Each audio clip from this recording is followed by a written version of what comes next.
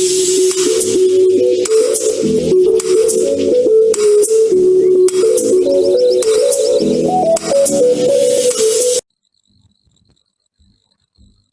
हम आप लोगों को ऑनलाइन क्लास में हिंदी में विराम चिन्ह के विषय में हम जानकारी देंगे। जैसा कि बच्चों आप जानते हैं, विराम चिन्हों का उचित प्रयोग करना यह बहुत जरूरी होता है और हम विराम चिन्ह क्या होता है, कितने प्रकार के होते हैं, यह हमें जानना बहुत जरूरी है। विराम चिन्हों के अनुचित प्रयोग से वाक्य का अर्थ बदल जाता है, इसलिए हम विराम चिन्ह का अर्थ जानना और उनका सही प्रयोग करना यह बहुत जरूरी है। इसलिए आज हम आप लोगों को हिंदी भाषा में विराम चिन्ह का प्रयोग कैसे करते हैं उसकी जानकारी देंगे। विराम चिन्ह का मतलब होता है ठहराव, अर्थात विराम चिन्ह अर्थात विराम, और विराम का मतलब होता है रुकना, ठहरना। तो लेखन को प्रभावी रूप देने के लिए हमें कई प्रकार के विराम चिन्हों का प्रयोग किया जाता है ताकि लेखन के भावों की अभिव्यक्ति, वाक्य का अर्थ स्पष्ट करने, उसके उतार चढ़ाव और ठहराव को दर्शाने के लिए आवश्यक होते हैं। ऐसे ही विशेष चिन्हों को हम विराम चिन्ह कहते हैं। इन विराम चिन्हों का प्रयोग वाक्य के अंत में किया जाता है। विराम चिन्ह कितने प्रकार के होते हैं वह जानकारी अभी हम विराम चिन्ह के प्रकार या भेद। पहला है पूर्ण विराम, दूसरा अर्ध विराम, अल्प विराम, आश्चर्य चिन्ह या विस्मयाद चिन्ह, निर्देशक चिन्ह जिसे हम डैश कहते हैं, या इसे हम संयोजक चिन्ह या सामासिक चिन्ह भी कहते हैं, कोष्ठक, अवतरण चिन्ह या उद्धरण चिन्ह, उपविराम या इसका दूसरा नाम है अपूर्ण विराम, विवरण चिन्ह, पुनरुक्त सूचक चिन्ह, लाघव चिन्ह, लोप चिन्ह, दीर्घ उच्चारण चिन्ह, हंस पद या त्रुटिबोधक चिन्ह, तुल्यता सूचक चिन्ह, समाप्ति सूचक, टीका सूचक और पाद बिंदु। इस तरह से यहाँ हम आप लोगों को 1 से लेकर के 19 विराम चिन्ह की जानकारी देंगे, जिनमें आपको उदाहरण के साथ आपको बताया जाएगा किस तरह से हम चिन्हों का उपयोग करते हैं। तो हम इन विराम चिन्ह के प्रकार में हम पहला पूर्ण विराम की तरफ चलते हैं।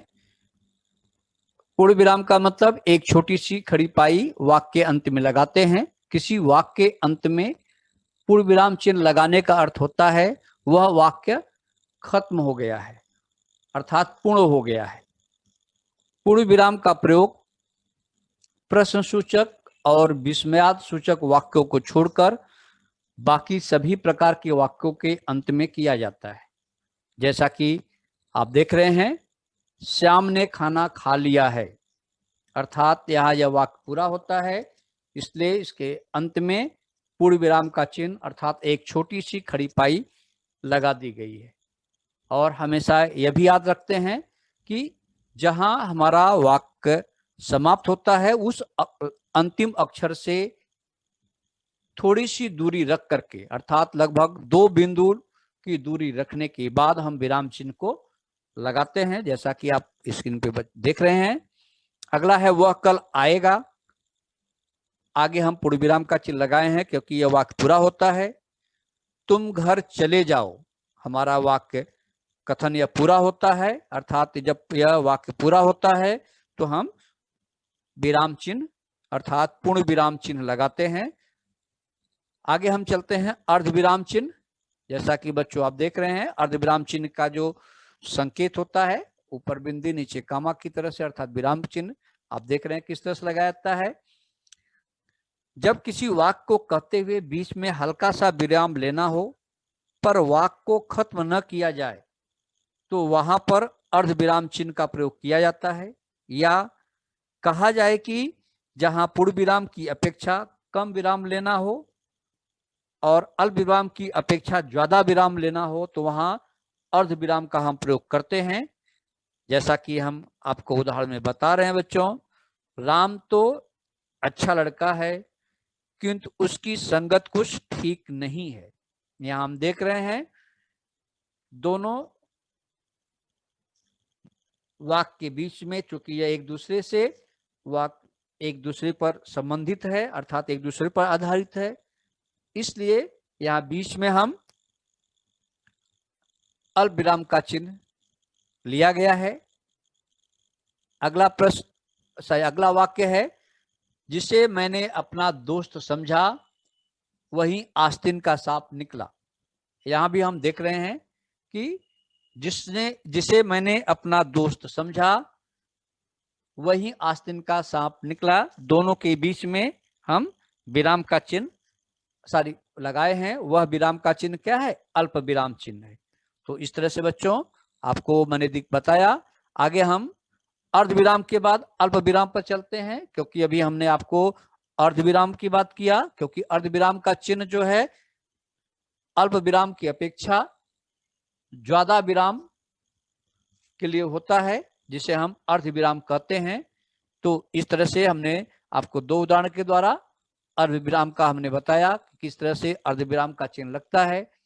यह हम देख रहे हैं दोनों उदाहरण में अर्ध विराम का चिन्ह लगाया गया है। अगला है अल्प विराम।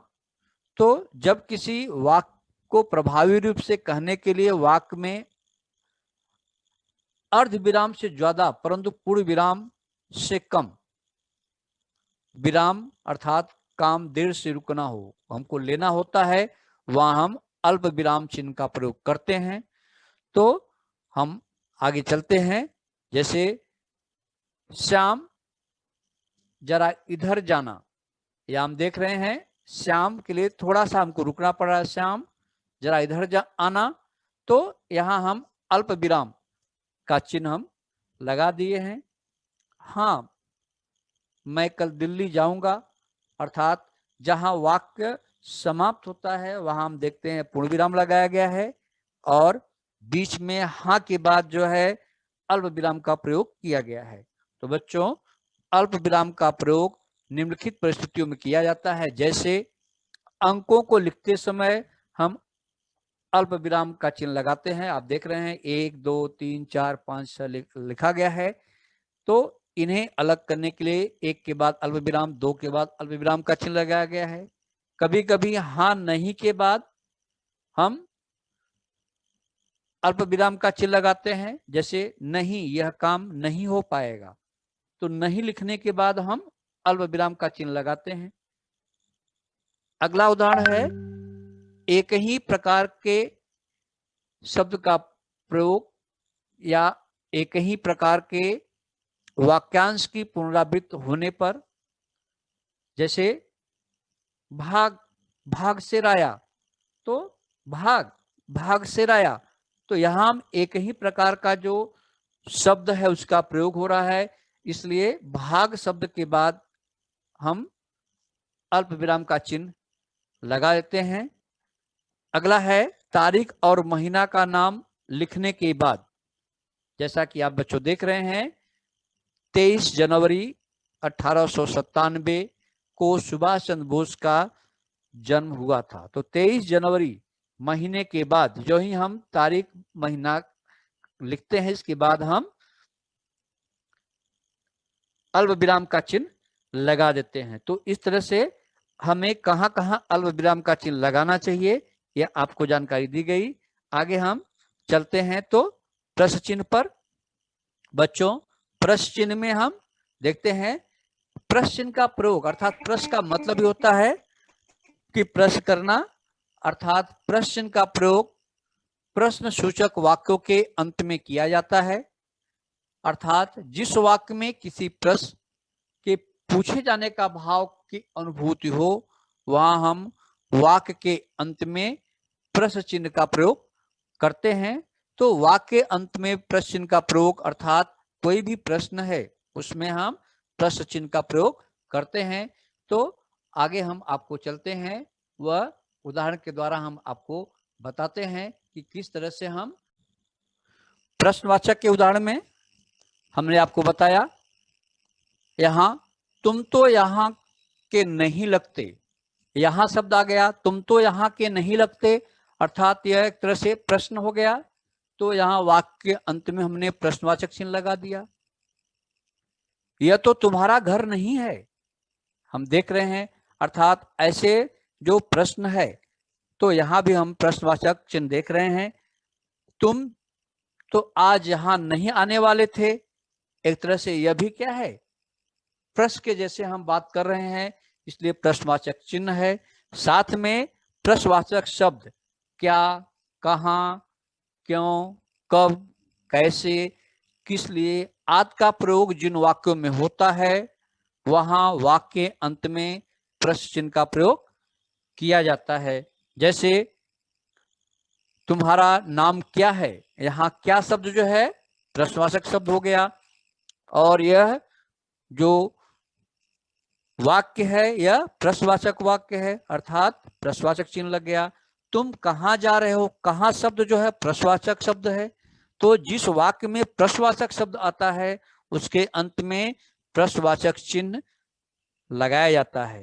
तुम यहाँ क्यों आए हो, अर्थात यहाँ क्यों शब्द प्रश्नवाचक शब्द हो गया। तो प्रश्नवाचक शब्द आने के बाद प्रश्नवाचक चिन्ह वाक्य के अंत में लगाया जाता है। तुम्हारा यहाँ कैसे आना हुआ, कैसे शब्द क्या है, यह भी प्रश्नवाचक शब्द है। तुम दिल्ली से कब आए, कब शब्द प्रश्नवाचक शब्द है। तो जैसा कि बच्चों उदाहरण में देख रहे हैं कि किसी भी प्रश्नवाचक शब्द यदि वाक्य के अंत में आता है या वाक्य हमारा प्रश्नवाचक हो, यानी उससे प्रश्न का बोध होता है, ऐसे वाक्यों में के अंत में हम प्रश्नवाचक शब्द का प्रयोग करते हैं। अगला है आश्चर्य चिन्ह या विस्मयाद चिन्ह, अर्थात विस्मयादि सूचक चिन्ह का प्रयोग किसी वाक्य में आश्चर्य, घृणा, शोक, हर्ष आदि भावों का बोध कराने के लिए किया जाता है।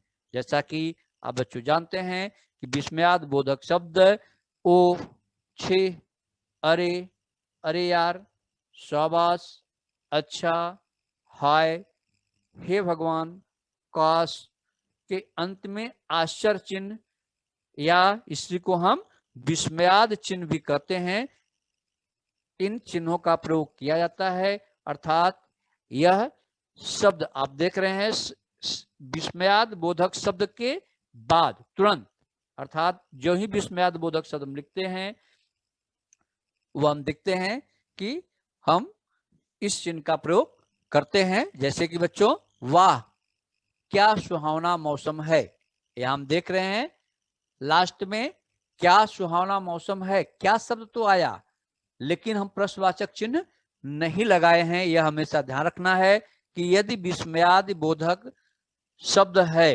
और विस्मयादि बोधक वाक्य है तो वाक्य के अंत में हम प्रश्नवाचक चिन्ह नहीं लगाते हैं। देख रहे हैं, वाह क्या सुहावना मौसम है, तो वाह के बाद हम विस्मयादि बोधक चिन्ह लगा दिए। अरे तुम यहाँ, विस्मयादि बोधक शब्द है तो हमने यहाँ विस्मयादि बोधक चिन्ह लगा दिया। ओह, यह तो उससे उसके साथ बुरा हुआ, अर्थात दुख की बात है, यहाँ ओह के बाद हमने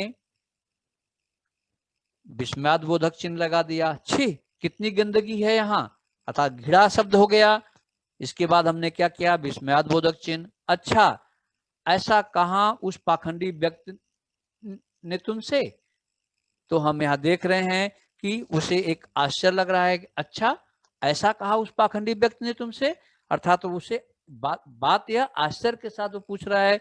तो इस तरह से हम देख रहे हैं, शाबाश तुमसे यही उम्मीद थी। अर्थात इस तरह से हम देख रहे हैं कि यह सब जो शब्द है, छी, अच्छा, शाबाश, हे भगवान, तो इन शब्दों के बाद हम विस्मयादिबोधक चिन्ह का प्रयोग करते हैं। इसे हम आश्चर्य सूचक चिन्ह भी कहते हैं। अगला है निर्देशक चिन्ह या संयोजक चिन्ह, जिसे हम डैश भी कहते हैं, इसको हम सामासिक चिन्ह भी हिंदी में कहते हैं। तो ऐसे चिन्ह जो निर्देशक चिन्ह है, जिसे संयोजक चिन्ह या सामासिक चिन्ह भी कहा जाता है, ऐसे कुछ ऐसे रेखा चिन्ह भी इसे हम कहीं कहीं कहते हैं। तो इनका प्रयोग हम किन किन दशा में करते हैं, किन परिस्थितियों में करते हैं, वह नीचे आपको बताया जा रहा है। जैसे किसी के द्वारा कही बात को दर्शाने के लिए हम इसका प्रयोग करते हैं। जैसे प्रधानाध्यापक ने कहा, आगे हमने छोटा सा डैश लगा दिया, अर्थात यहाँ हम देख रहे हैं कि आपको स्पष्ट होता होगा बच्चों कि किस परिस्थितियों में प्रधानाध्यापक ने कहा कल विद्यालय में अवकाश है। यहाँ हमने डैश चिन्ह लगा दिया, संयोजक चिन्ह लगाया। तुम मुझे खून दो, मैं तुझे आजादी दूंगा। यहाँ हम लास्ट में हम देख रहे हैं दूंगा के बाद जो चिन्ह संयोजक लगा है, यह किसने कहा, सुभाष चंद्र बोस। अर्थात सुभाष चंद्र बोस ने कि कई भी चीज को हम कैसे आगे उनका नाम वाक्य को लिख करके डैश लगाया, फिर उनका नाम लिख दिया। तो कभी कभी ऐसे हम वाक्यों में इस तरह से प्रयोग करते हैं। अगला है किसी शब्द के पुनरावृत्त होने पर, अर्थात एक ही शब्द दो बार लिखे जाने पर उसके मध्य में हम संयोजक चिन्ह का प्रयोग करते हैं। जैसे दो दो हाथ हो जाए, तो यहाँ दो दो शब्द दो बार आया है, इसलिए लगा देते हैं। यह वस्तु अलग अलग तरीके से रखी जाए, तो अलग अलग शब्द आ गया दो बार, तो उसे अलग करने के लिए संयोजक चिन्ह का प्रयोग करते हैं। 100 कोस तक पानी का नामो निशान न था, अर्थात 100 शब्द दो बार आया है, इसको अलग करने के लिए संयोजक चिन्ह का प्रयोग किया गया है। कभी कभी मैं ख्यालों में खो सा जाता हूं, मैं कभी कभी मैं ख्यालों में खो सा जाता हूं। तो जहां कभी कभी मैं ख्यालों में खो सा जाता हूं, तो कभी कभी के बीच में जो चिन्ह है वह संयोजक चिन्ह का प्रयोग करते हैं। अगला है युग्म शब्द के मध्य, अर्थात जैसे युग्म शब्द हम देख रहे हैं बच्चों, हार जीत एक दूसरे का जो शब्दों का, ऐसे शब्द जो एक दूसरे के विपरीत शब्द होते हैं उन्हें हम कहते हैं युग्म शब्द। जैसे खेल में तो हार जीत लगी रहती है, अर्थात ये ऐसे शब्द युग्म शब्द होते हैं। तो इनके बीच में हम देख रहे हैं संयोग का चिन्ह लगाया गया है। मैं कुछ खाया पिया करो, तुम कमजोर हो गए हो, खाया पिया, तो दोनों शब्द के बीच में हम देख रहे हैं यह युग्म शब्द है खाया पिया। तो ऐसे शब्द के बीच में संयोजक का प्रयोग है। अगला है तुलनावाचक, सा सी से पहले, जैसे झील सी आंखें, तुलना किया गया है, झील सी आंखें, आंखों की तुलना झील की तरह से, जैसे आंसू आंख से बहते रहते हैं, झील से पानी बहता रहता है, तो तुलना झील से किया गया है, इसलिए झील सी आंखें तुलनावाचक में सा सी से ऐसे जो हम शब्द को जोड़ते हैं, ऐसे के पहले हम करते हैं सागर सा हृदय, यानी राम का हृदय सागर सा था, अर्थात समुद्र जैसे विस्तृत होता है हृदय का, अर्थात उसमें भी बताया गया है कि बहुत बड़ा हृदय, अर्थात इस तरह से हम देख रहे हैं कि यहाँ सागर सा बीच में संयोजक चिन्ह लगाया गया है। चितेसी गति, क्योंकि सबसे तेज गति क्या होती है, चिते की होती है, अर्थात गति की तुलना किससे किया गया है, चिता की गति से, अर्थात यहाँ तुलनावाचक के पहले अर्थात सा सी से के पहले भी हम संयोजक चिन्ह का प्रयोग करते हैं। आगे हम चलते हैं कोष्ठक।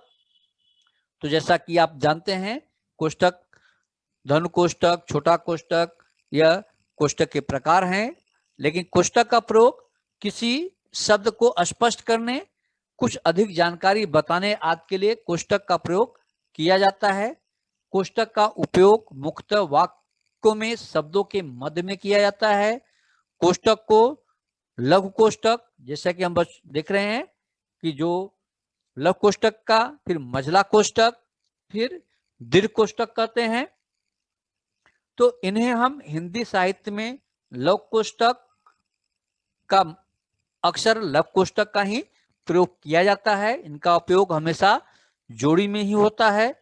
अर्थात हम आगे आपको उदाहरण के द्वारा बता रहे हैं, जैसे दशहरे के अवसर पर दशानन कोष्टक में रावण के पुतले का दहन किया जाता है। अर्थात हम देख रहे हैं बच्चों, इसका प्रयोग जोड़े में, अर्थात कोष्टक को शुरू में और लास्ट में बंद कर दिया गया है, दशानन यानी रावण। तो ऐसे वाक्य में हम कोष्टक का प्रयोग करते हैं। राजेंद्र प्रसाद भारत के प्रथम प्रधानमंत्री, कोष्टक में हमने लिख दिया, का जन्म 3 दिसंबर 1884 को हुआ था। तो हम यहाँ कोष्टक का प्रयोग करते हैं। तो ऐसे वाक्य में कोष्टक का प्रयोग किया जाता है। फिर आगे है अवतरण चिन्ह, या इसी को हम उद्धरण चिन्ह भी कहते हैं। तो किसी वाक्य में किसी खास शब्द पर जोर देने के लिए अवतरण या उद्धरण का प्रयोग किया जाता है। कभी कभी किसी की कही हुई बात को हम अवतरण या उद्धरण चिन्ह में लिखते हैं। तो इस तरह से बच्चों हम किसी की कही हुई बात को भी हम उद्धरण चिन्ह में लिखते हैं। हम देखते हैं इसमें दो तरह से चिन्ह होता है, एक तो सिंगल, एक डबल होता है। अर्थात हम उस कही हुई चीजों को, कथन को लास्ट में लिखने के, अंत में लिखने के बाद उसे हम बंद कर देते हैं। इस तरह से हम जैसे देखते हैं गोदान को किया जाता है। जैसे गोदान को मुंशी प्रेमचंद का अंतिम और सबसे महत्वपूर्ण उपन्यास माना जाता है। इसमें हम देख रहे हैं गोदान शब्द को अवतरण चिन्ह अर्थात उसे हम लगा करके रखा गया है। ऐसे हिंदुओं का एक प्रमुख काव्य ग्रंथ महाभारत है, यहाँ भी हम देख रहे हैं अवतरण चिन्ह को महाभारत के पहले और अंत में अवतरण चिन्ह लगाया गया है। तो इस तरह से हम अवतरण चिन्ह का प्रयोग करते हैं। किसी और के द्वारा लिखे या कहे गए वाक्य या शब्दों को ज्यों का त्यों लिखने के लिए अवतरण चिन्ह या उद्धरण चिन्ह का प्रयोग किया जाता है। जैसे हरिवंश राय बच्चन ने कहा है, मन का हो तो अच्छा, मन का न हो तो भी और भी अच्छा। तो चूंकि यह हरिवंश राय बच्चन के कही हुई चीज को ज्यों का त्यों लिखना है, इसलिए कही हुई बात को भी हम अवतरण चिन्ह के बीच में हम लिखते हैं। अर्थात दोनों तरह से कही हुई बात के शुरू में और अंत में अवतरण चिन्ह का प्रयोग हम करते हैं। इस तरह से यह अवतरण चिन्ह अर्थात उद्धरण चिन्ह का प्रयोग हो गया। आगे हम चलते हैं उपविराम चिन्ह, अर्थात इसे हम अपूर्ण विराम चिन्ह भी कहते हैं। जब किसी वाक्य को अलग दर्शाना हो तो वहां उपविराम चिन्ह अर्थात अपूर्ण विराम चिन्ह का प्रयोग करते हैं।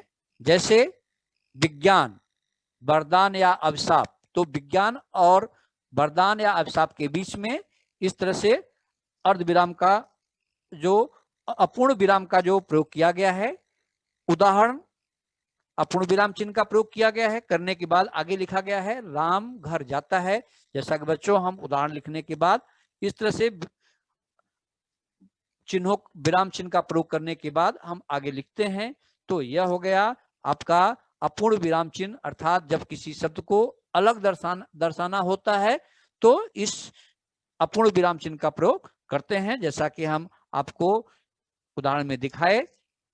अगला है विवरण चिन्ह, अर्थात विवरण चिन्ह का मतलब है कि किसी चीज, विवरण चिन्ह का प्रयोग वाक्यांश में जानकारी, सूचना या निर्देश आदि को दर्शाने या विवरण देने के लिए किया जाता है। आप देख रहे हैं उदाहरण के लिए कृपया, यहाँ कृपया है, यहाँ कृपया होना चाहिए। कृपया जो लिखा गया है कृपया, ये होगा कृपया, मिसप्रिंटिंग है। कृपया निम्नलिखित नियमों का पालन करें। आप देख रहे हैं यहाँ यह जो चिन्ह लगाया गया है यह चिन्ह विवरण चिन्ह है, अर्थात इस तरह से हम विवरण चिन्ह का प्रयोग करते हैं। या लिखा गया है भारत में आम की कई किस्में पाई जाती हैं जिसमें से कुछ निम्न है, तो इस तरह से लिखने के बाद हम विवरण चिन्ह का प्रयोग करते हैं। पुनरुक्त सूचक चिन्ह अर्थात पुनरुक्त सूचक चिन्ह का मतलब होता है ऊपर लिखे हुए वाक्य किसी वाक्य या वाक्य के अंश को दोबारा लिखने के लिए यदि हम श्रम को बचाना चाहते हैं या हम नहीं लिखना चाहते हैं तो हम पुनरुक्त सूचक चिन्ह का प्रयोग करते हैं।